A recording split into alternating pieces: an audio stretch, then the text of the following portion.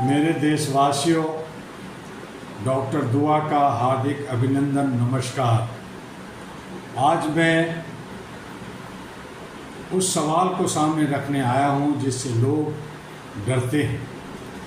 देश में घपला आखिर है कहां कहां? और मेरा दूसरा सवाल उससे भी बड़ा है, घपला करने वाला बड़ा है या घपले को सहने वाली व्यवस्था? पहले अपने दिल पर हाथ रखकर सोचिए, क्या हम चुपचाप उस भारत में रह रहे हैं जिसका सपना हमारे स्वतंत्रता सेनानियों ने देखा था? देश का सबसे बड़ा घपला क्या है? क्या सबसे बड़ा घपला करोड़ों अरबों रुपए का है? मैं कहता हूँ नहीं।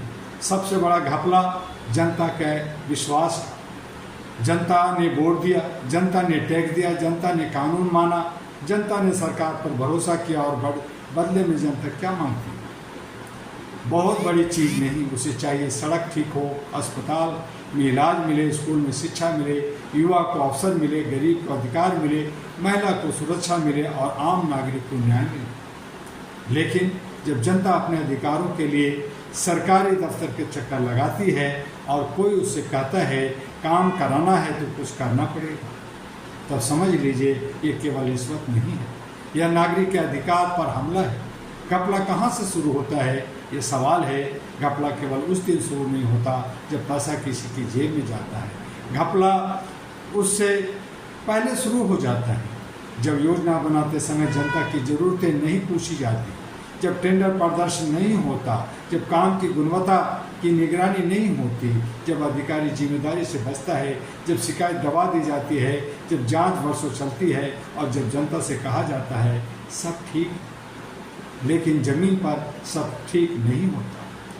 कागज़ पर विकास दिखाया जाता है, ज़मीन पर सवाल उठता है। कितनी बार हमने देखा है, फाइल में सड़क बन गई, फाइल में पुल बन गया, फाइल में स्कूल बन गया, फाइल में अस्पताल बन गया, फाइल में गरीबों को लाभ मिल गया, लेकिन जनता पूछती है साहब ज़मीन पर कहाँ है? यही है असली सवाल। अगर कागज़ पर विकास और ज़मीन पर अभाव है तो सवाल केवल भ्रष्टाचार का नहीं है, सवाल है जवाबदेही कहाँ है? जनता कब तक सहेगी? एक गरीब आदमी अस्पताल जाता है, उसे इलाज चाहिए। एक विद्यार्थी कॉलेज जाता है, उसे अवसर चाहिए। एक बेरोजगार युवा नौकरी चाहता है, उसे सम्मानजनक भविष्य चाहिए। एक किसान अपनी मेहनत का उचित मूल्य चाहता है। एक आम नागरिक अपने काम के लिए न्यायपूर्ण प्रशासन चाहता है।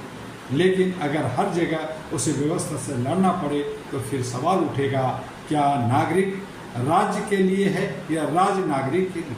लोकतंत्र में सरकार जनता की सेवक होती है, मालिक नहीं। कुर्सी किसी की निजी संपत्ति नहीं है, सत्ता कोई अस्थायी जागीर नहीं है, पद कोई सुरक्षा कवच नहीं है और सार्वजनिक धन किसी की निजी तिजोरी नहीं है। इसी के लिए AHRA Global All India Human Rights Association की मूल चिंता केवल भ्रष्टाचार को पकड़ना नहीं है। हमारा सवाल है, भ्रष्टाचार का सबसे बड़ा शिकार कौन बनता है?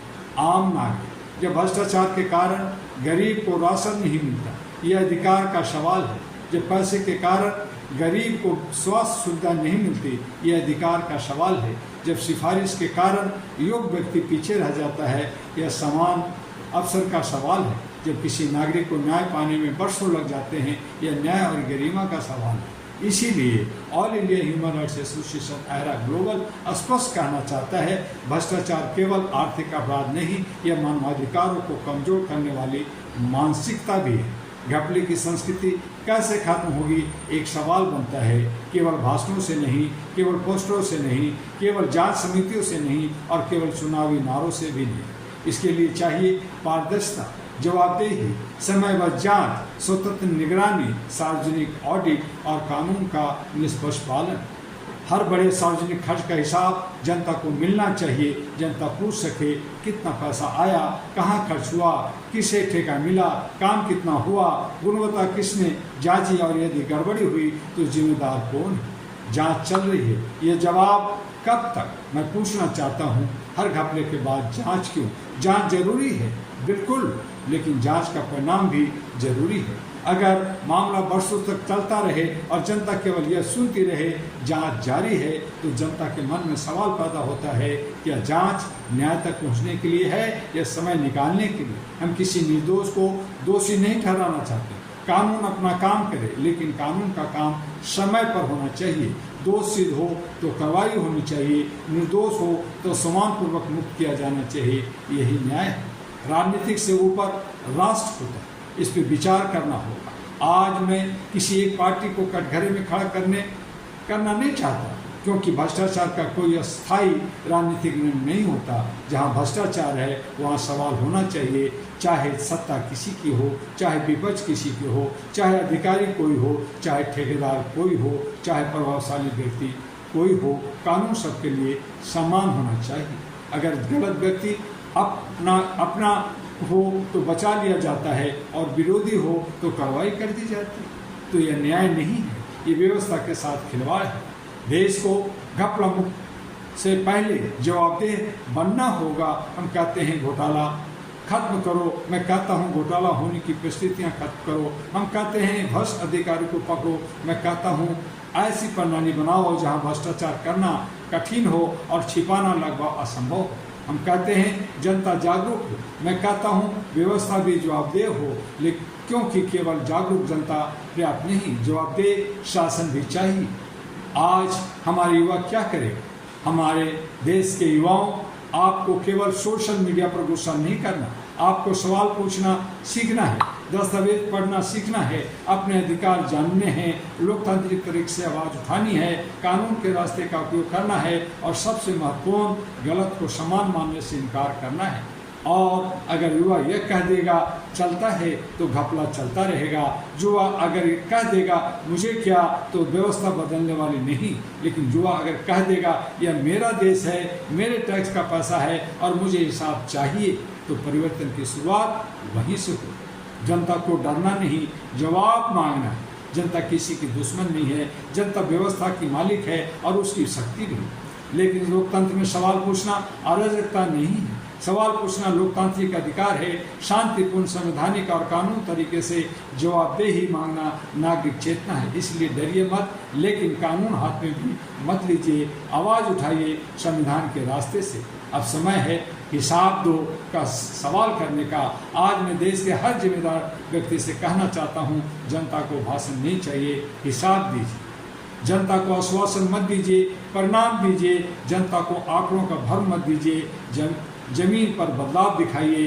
जनता को दोष मत दीजिए, व्यवस्था को जवाबदेह बनाइए।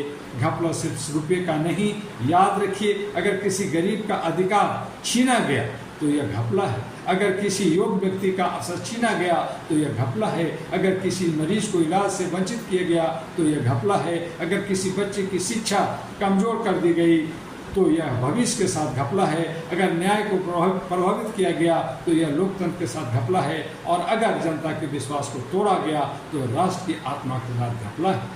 आज मैं आपसे कहना चाहता हूँ, देश किसी नेता की निजी संपत्ति नहीं, देश किसी अधिकारी की जागीर नहीं, देश किसी ठेकेदार की कमाई का साधन नहीं।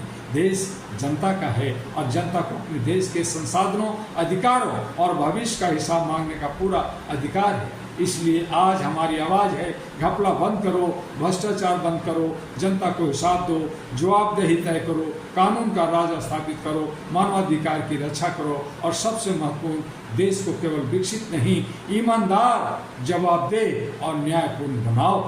AHRA की ओर से, all India Human Rights association AHRA global की ओर से मैं आज यह संकल्प दोहराता हूँ, हम किसी निर्दोष को निशान नहीं बनाएंगे, हम बिना प्रमाण किसी पर आरोप नहीं लगाएंगे। लेकिन जहाँ सार्वजनिक हित, मानवाधिकार और जवाबदेही का प्रश्न होगा वहाँ चुप भी नहीं बैठेंगे। हम संविधान में विश्वास रखते हैं, हम कानून में विश्वास रखते हैं, हम लोकतंत्र में विश्वास रखते हैं और हम मानव गरिमा को सर्वोच्च मानते हैं। हमारी लड़ाई किसी व्यक्ति के विरुद्ध नहीं, गलत व्यवस्था, भ्रष्ट मानसिकता और जवाबदेही की कमी के विरुद्ध है। आइए आज हमें आवाज़ देना होगा। न रिश्वत चलेगी, न भ्रष्टाचार चलेगा, न सार्वजनिक धन की लूट चलेगी, न अधिकारों की अनदेखी चलेगी। न जवाबदेही से भागना चलेगा। जनता पूछेगी पैसा कहाँ गया, व्यवस्था जवाब देगी यहाँ खर्च हुआ। जनता पूछेगी काम कहाँ हुआ, व्यवस्था दिखाएगी यह रहा। जनता पूछेगी जिम्मेदार कौन है, व्यवस्था कहेगी कानून के सामने जवाब देगा। यही लोकतंत्र, यही सुशासन है, यही मानवाधिकार है और यही एक मजबूत, ईमानदार, न्यायपूर्ण भारत की असली पहचान है। और इन्हीं शब्दों के साथ जय हिंद, जय मानवता, जय मानवाधिकार कहना चाहूँगा और आपसे अनुरोध करूँगा कि HRTV अहरा और अहरा ग्लोबल जो यूट्यूब पे चैनल है उसे लाइक, सब्सक्राइब, फॉरवर्ड करते रहिए, अपना व्यूज़ देते रहिए ताकि हम आपके साथ लगातार जुड़े रहें। आप अहरा के बारे में जानना चाहते हैं तो www.ahraglobal.org पर विजिट कीजिए, अहरा के साथ जुड़िए यानी मानवता के साथ जुड़िए। फिर मिलेंगे अगले दिन। आपका डॉक्टर दुआ।